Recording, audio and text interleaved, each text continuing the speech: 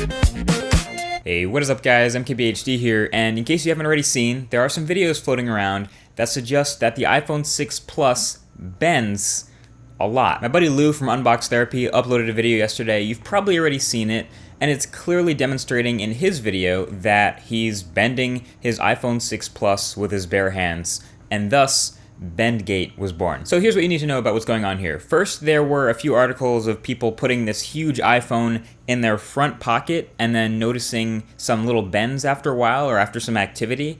And then some articles were published about how this may be a problem. And then Lou's video was published, which blew up. But of course, in Lou's demo, he's actually trying to bend the phone. He's putting a lot of force into it for a prolonged period of time, much more than these phones are designed to handle on an everyday basis, and basically pulls on it until it compromises the structural integrity of the body of the phone. Now, when you have a large surface like that, especially a soft metal like aluminum, the center of it tends to be the weakest point, and that's where it's going to bend. But imagine you have a piece of paper and you fold it in half a couple of times. You can continue to fold it in half and bend it as much as you want, but eventually you'll get to a point where the paper is so thick that you can't quite fold it in half one more time. And that's because at that point the paper is now thicker, it's now reinforced by the other pieces of paper, and now it's also much more compact.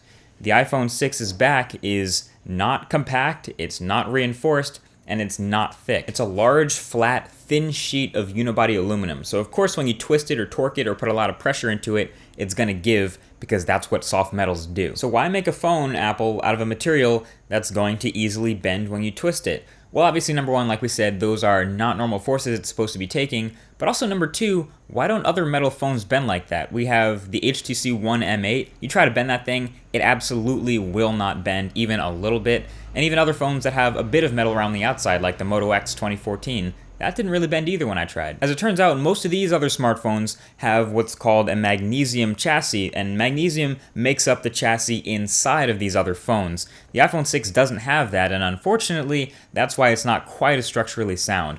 Also, it's a large flat sheet of aluminum, which means it has plenty of stress points where it could easily bend, where a lot of these other phones are made of multiple parts, where if you try to bend it, you're not really bending a very large sheet, you're bending a more compact part of the back of the phone, which isn't going to bend the whole thing. For the record though, the iPhone 6 is not the only phone to bend. The iPhone 5S, the Samsung Galaxy S4, the Sony Xperia Z1, the iPhone 5, the Oppo Find 5, these have all been phones noted to bend under high amounts of pressure, but then again, it's high amounts of pressure. Just avoid high amounts of pressure. But since it's a bit more of an expensive Apple product that happens to be known for its design and its build quality and material use over the years, it's gonna get a lot more attention because you would expect this to hold up better than others.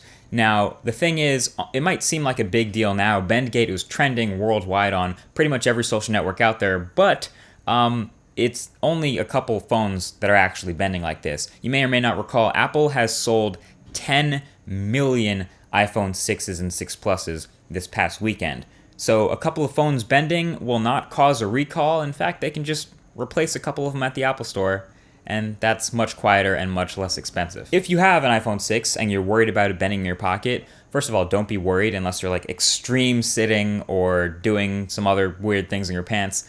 But there's a new TLD Today video up, and I'll leave a link to that video right below the like button. I'll also leave Lou's video, but the TLD video shows that having a case on your iPhone 6 Plus may actually help with the structural rigidity. Again, it's an already massive phone, and putting a case on that already huge phone will make it even bigger, but if you're that concerned about putting it in your back pocket or front pocket and bending it, then that's an option you have. What it all comes down to for me is, and I've said this before, the iPhone 6 Plus is 6.9 millimeters thin. It's a super thin phone. But because of that, you have a protruding camera, you have a slightly smaller than it could be battery, and you now have it bending. And I think if they made a slightly thicker iPhone 6 Plus, you would not only not have a protruding camera, but you'd also have a little bit better structural rigidity, and you'd be able to fit a bigger battery in there. Just a thought, Apple. I said this in my iPhone 6 impressions video, and I've said it before, and I'm not the only one to say it, but I think a thicker phone would have been a-okay with a lot of people. But it seems the internet has a thing for bending stuff, so I'll let you sit back, relax, enjoy Bendgate. It's actually kind of funny if you've read the stuff. I'll talk to you guys in the next video. Peace.